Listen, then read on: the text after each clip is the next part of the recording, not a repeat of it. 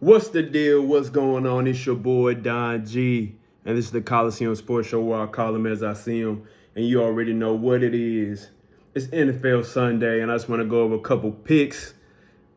Later on in the day, I do plan on making some shorts for you guys, or shorter videos for you guys, so we can react to to the games, and later on we'll also go over the current news in sports overall, including LeBron James winning that playing trophy, which I didn't speak about. There's a lot of things I didn't speak about, but we'll go ahead and find some time later on to go ahead and do that.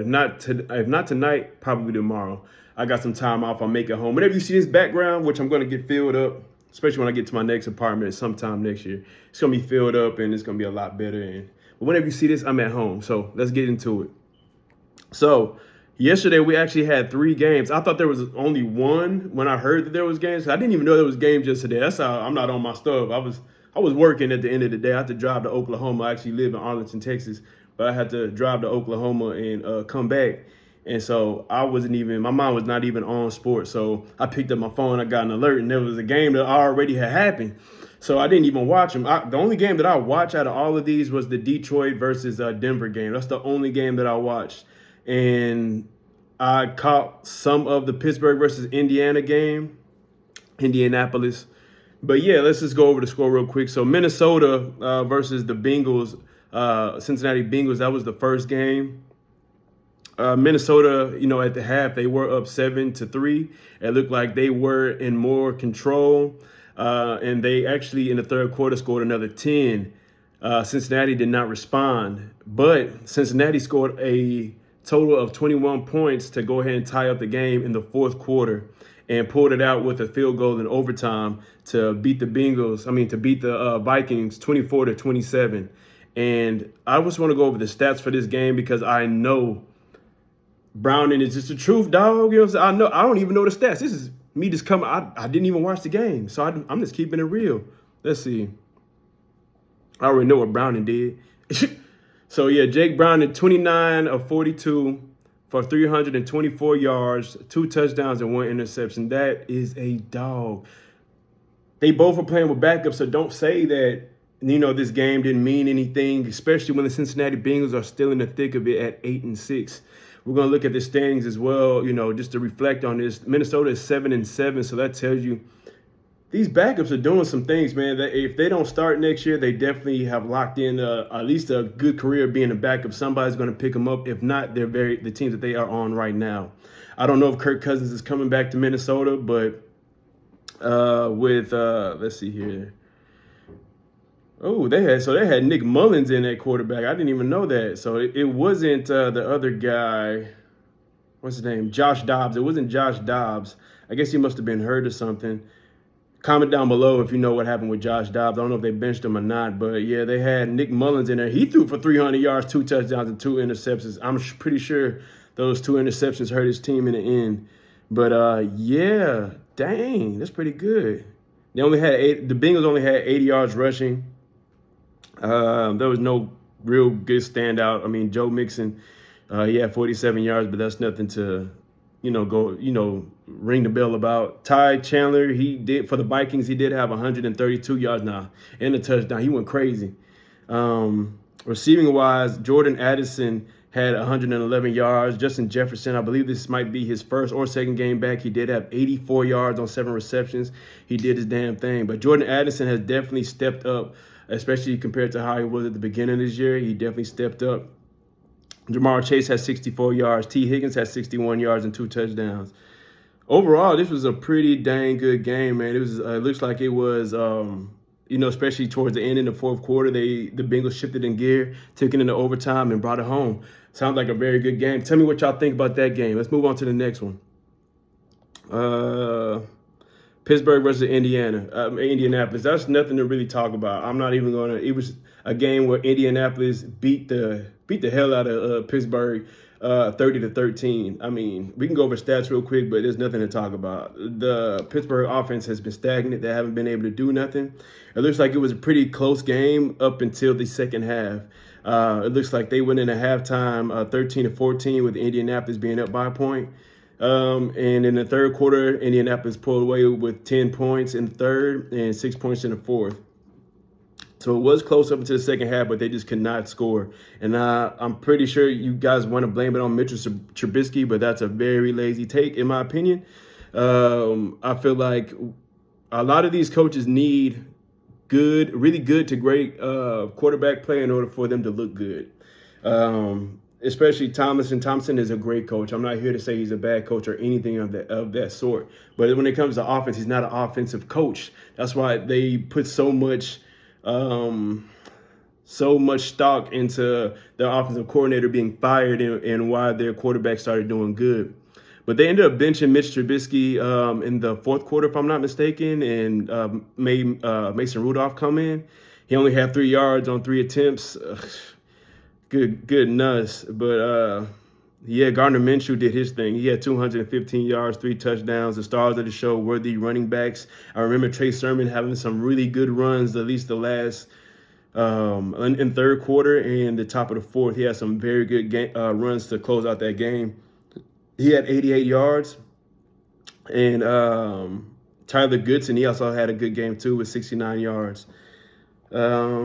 No real standouts too much on wide receivers. Pittman Jr. did have 78 yards.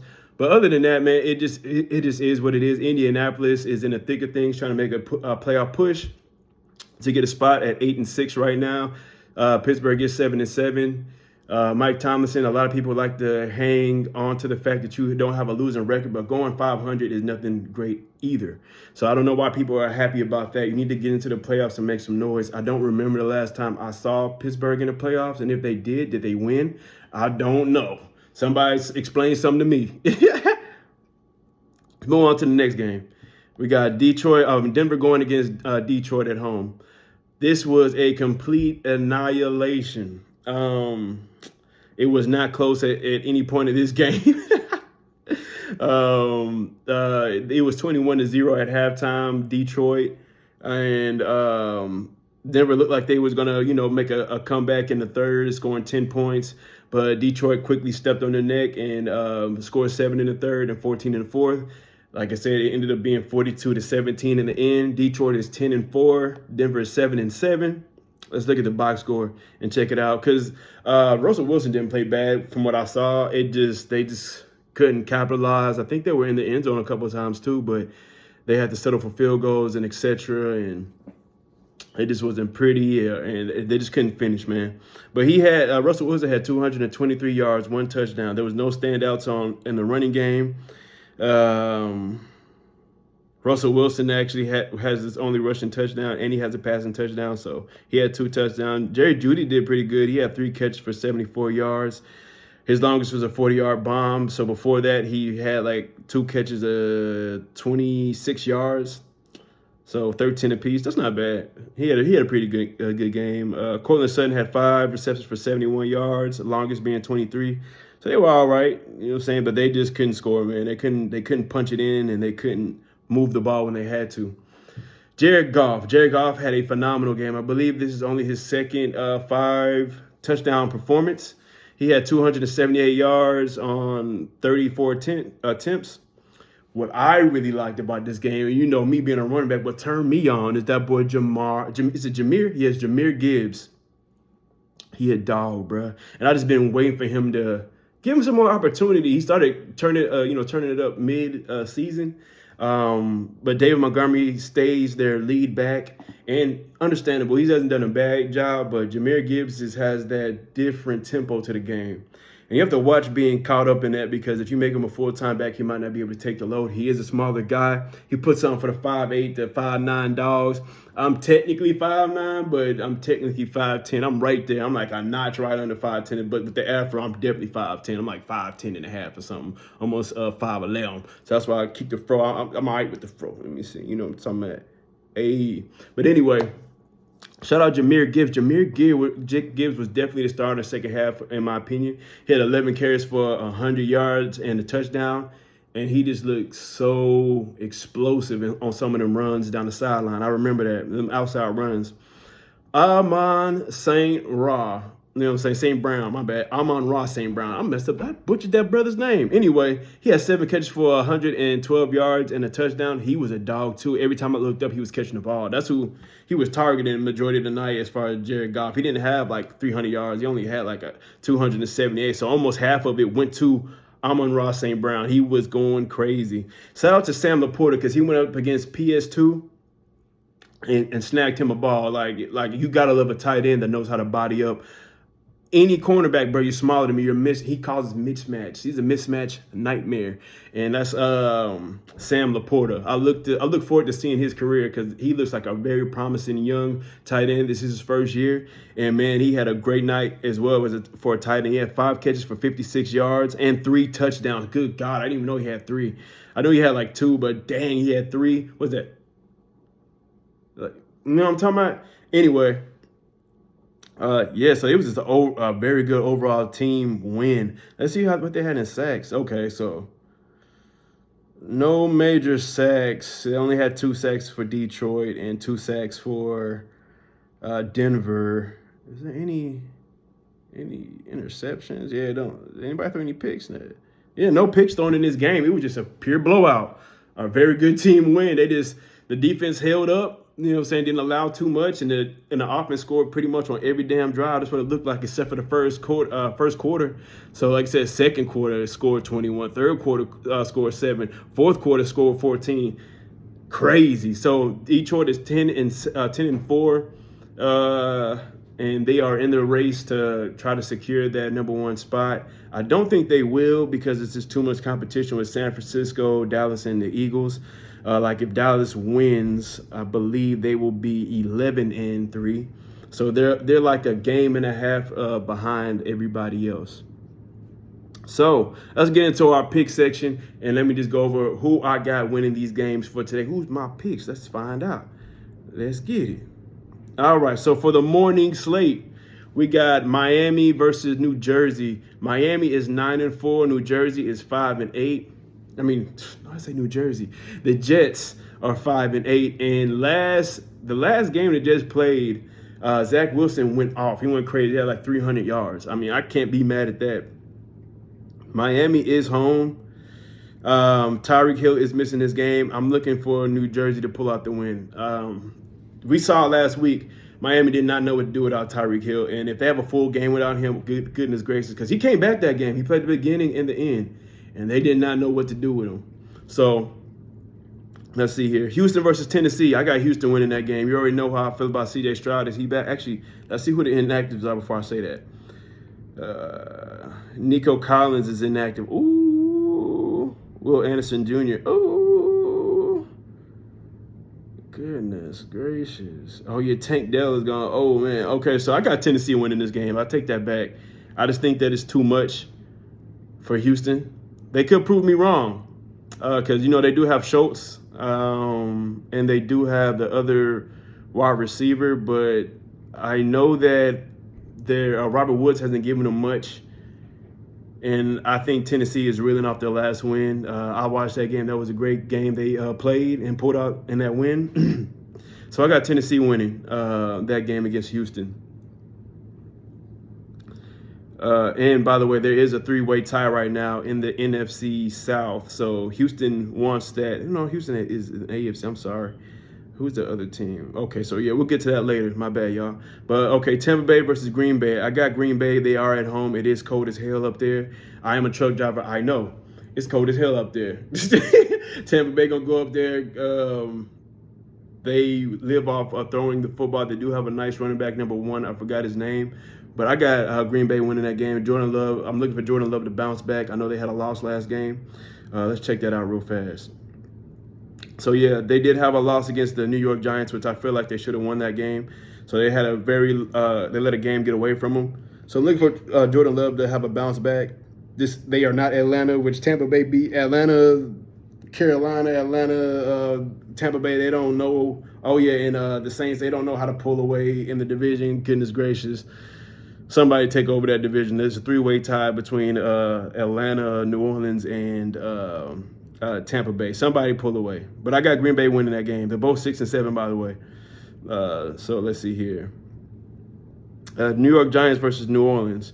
I actually got the New York Giants winning that game. Right now, they are willing and dealing. Who is it? Tommy DeVito.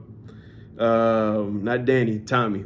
So Tommy DeVito, he does have his team behind him. There's all kind of reports on people, touting him as their leader. They got his back, man. And everything that I saw, I'm like, damn. You know what I'm saying? They really like this kid. You know, he even got the emoji. You know what I'm saying? Shout out to my Italian. My father's half Italian. You know what I'm saying? Not my real dad, my stepdad. I call my father, but shout out to him. He's half Italian. My grandmother, she is Italian. You know what I'm saying? Probably Sicilianos. You know what I'm saying? With the brown hair, the black hair, and the brown eyes. You know what it is. You know what I'm saying? But anyway, I'm going with the Vito kid.